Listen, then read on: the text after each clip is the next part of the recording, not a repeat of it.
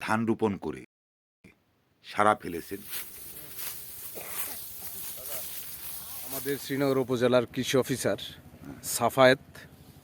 সুপ্রিয় দর্শক, আমি এসেছি শিবরামপুর বিলে। এখানে দেখতে পাচ্ছেন এক নতুন জাতের ধান রোপণ করে সারা ফেলেছেন এই কৃষক রতন খান।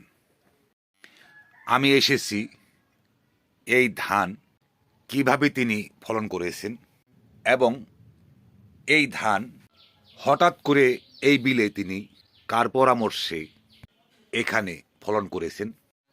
আমরা কথা বলবো এই জমির মালিক রতন খানের সাথে। এইটা কি জাতের ধান রোপণ করেছেন? এটা বিয়ার 17 আর ওই পাশ আছে বিয়ার 11।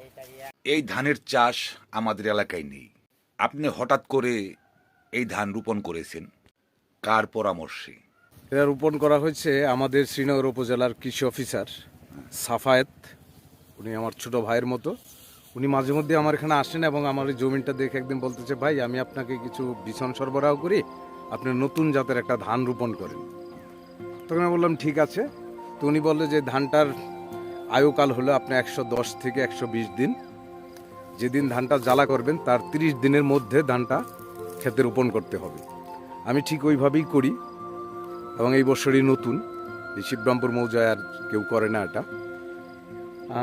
আশানুরূপ আমি যেভাবে আশা করছি সেভাবে হয় নাই, তবে একেবারে খারাপও হয় নাই।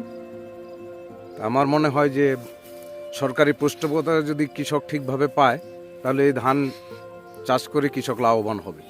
এই জাতের ধান পাখিপতি ফলন কেমন হবে? উনি তো আমাকে বলছে যে একরে 90 থেকে 95 মন। আমার মনে হয় তো হবে না। আমার এখানে যা দেখা যাচ্ছে আমার একরে হয়তো 50 থেকে 60 মন ধান আসবে। এই প্রজাতির ধান চাষ করতে কি কি পদ্ধতি আপনি ব্যবহার করেছেন? এটার মধ্যে প্রথমত আপনার 3 জাতীয় সার দিতে হবে, ডিএপি, পটাশ এবং জিপসাম। বোনার পরে দিতে হবে কিছু মেডিসিন, যেটা কৃষি অফিসার নির্ভরশীল, তারা ওই জমিন দেখে ধানের চারা দেখে যেটা বলবে সেটা। সাথে লাগবে আপনার বোরন এবং আরেকটা সার আছে আপনার ওই জিপ, এই দুইটা।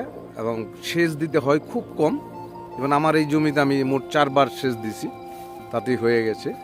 এবং আমার এই 1 একর জায়গায় এই পর্যন্ত আপনার খরচ ভাঙছে 18,000 টাকার মতো। এই প্রজাতির ধানের বীজ বা ধানের চারা কোন মৌসুমে জমিতে রোপণ করতে হয়?